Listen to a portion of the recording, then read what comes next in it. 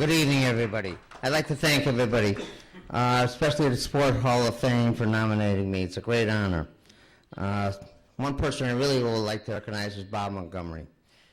He's been a great friend, and if it wasn't for him, I don't know if I'd be here today. They asked me to talk for about 5 minutes about Soapbox Derby. Well, Derby started for me in 1985. My wife packed me a lunch on a Sunday morning and says, go watch Soapbox Derby. So I headed to James P. Casey Road, and my son and I, he was 8 at the time, we went up there and we watched Soapbox Derby. I'm a carpenter by trade. I came home and I said I could not build this car. There was no way I was going to build it, but we tried. So we built the car the first year, and we didn't do too very well. But we had a lot of fun. We met a lot of people. My son Casey and I, we went racing. My daughter at the time packed her Barbies. My wife worked in the fields with us at recording the times, and we went racing. We went racing all over the country. And we met a lot of people. We ended up going out to the Nationals, which is another division of the All-American Soapbox Derby. Basically what that is you have to earn points to go out there. What we ended up doing going out there, we found the special division. Came back to Bristol. I was so psyched about the special division. As you saw in the pictures, the special division is a dual cars. It's a special child and a racer. And they go down the hill. And I said, this has to come to Bristol. I came to Bristol, and in 1 week I raised $10,000. I hit every community you could think of. And they just wrote me a check. And we started our special division. Our biggest founder was the Bristol Police Union at the time. They got involved with us. And they were our big corporate sponsors for us. Well, we had the special division for a couple of years, and then we had an accident where we had a fire and everything burnt. We lost everything that we had. So they said, what are we going to do? I said, I'm going to go see my people. I went there. Within one day, I raised $10,000. Again, the same people. And they were Martin Lavero contractors, Marinelli Supper Clubs. They were the Bristol Press. They were Webster Bank. There was 10 people that just donated money when they heard. Today, it's not called a special division anymore. It's called Super Kids. Super Kids is what they're called today. And basically what it's all about is out in Akron, Ohio, if you have a super kid and you're racing the All-American Soapbox Derby, you are eligible to go out there. It doesn't cost you a dime. They pay for all the expenses. And you go out there and you're racing the Nationals, All-American Soapbox Derby. And we have 45 super kids out there every year. Well, I'm going off my program here, but I'll get back to it. We race all over the country. We were out in Georgia. We used to average 5,000 miles a year. It's a great family sport with my wife, my son, and my daughter and I. We used to go race. We met a lot of people through these times. And Soapbox Derby that's the way it is. Casey raced till he was 16 years old. We went out in the National. He placed 3rd in the country, which was the greatest honor in the world. When you go out in the National and you race against the Southern boys, that's competition. I can remember one time we went out there out to Winston-Salem, North Carolina, and we lost the first day, 1-2 out. And I says, Casey, what are we doing wrong? We built a good car.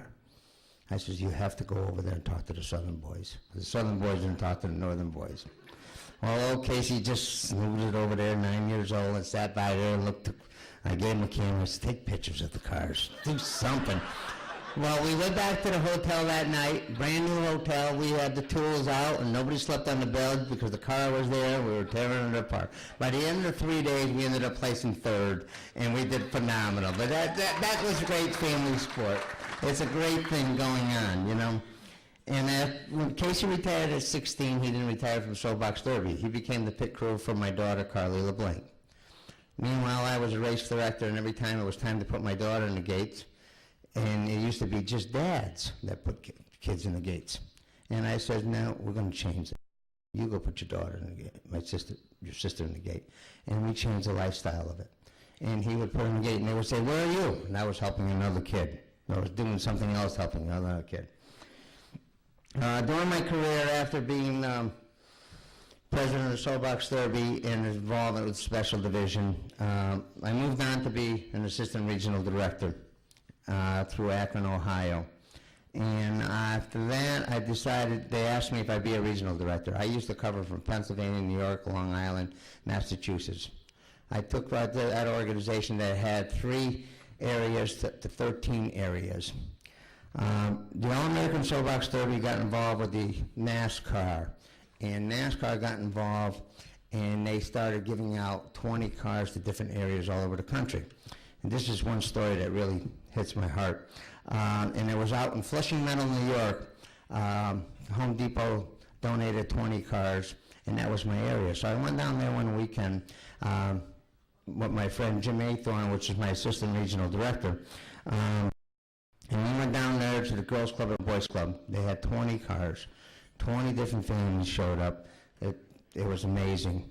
And there was one girl there, and she just sat there all day and helped and helped and helped. And Jim will remember the story. And at the end of the day, the parents were leaving and everybody was leaving, and this girl was still helping me build cars. And finally I said to her, where's Mom and Dad? She says, she says, I'm homeless. And I says, you what? She says, I'm homeless, but my dad will be here to pick me up in a little bit. Well, she stayed there all night till about 8 o'clock with us. Well, Jim and I worked to work that car real hard. Come the day of the local, we trained her, we told her how to race, what the racing position was, and don't you know, she won the local. Well, Home Depot came in line, and they paid for her flight ticket. She never flew in a plane, never stayed in a hotel. Her mom and dad had no clothes. Home Depot just came online. At the time, it was Tony Stewart, if you all remember, that raced for Home Depot.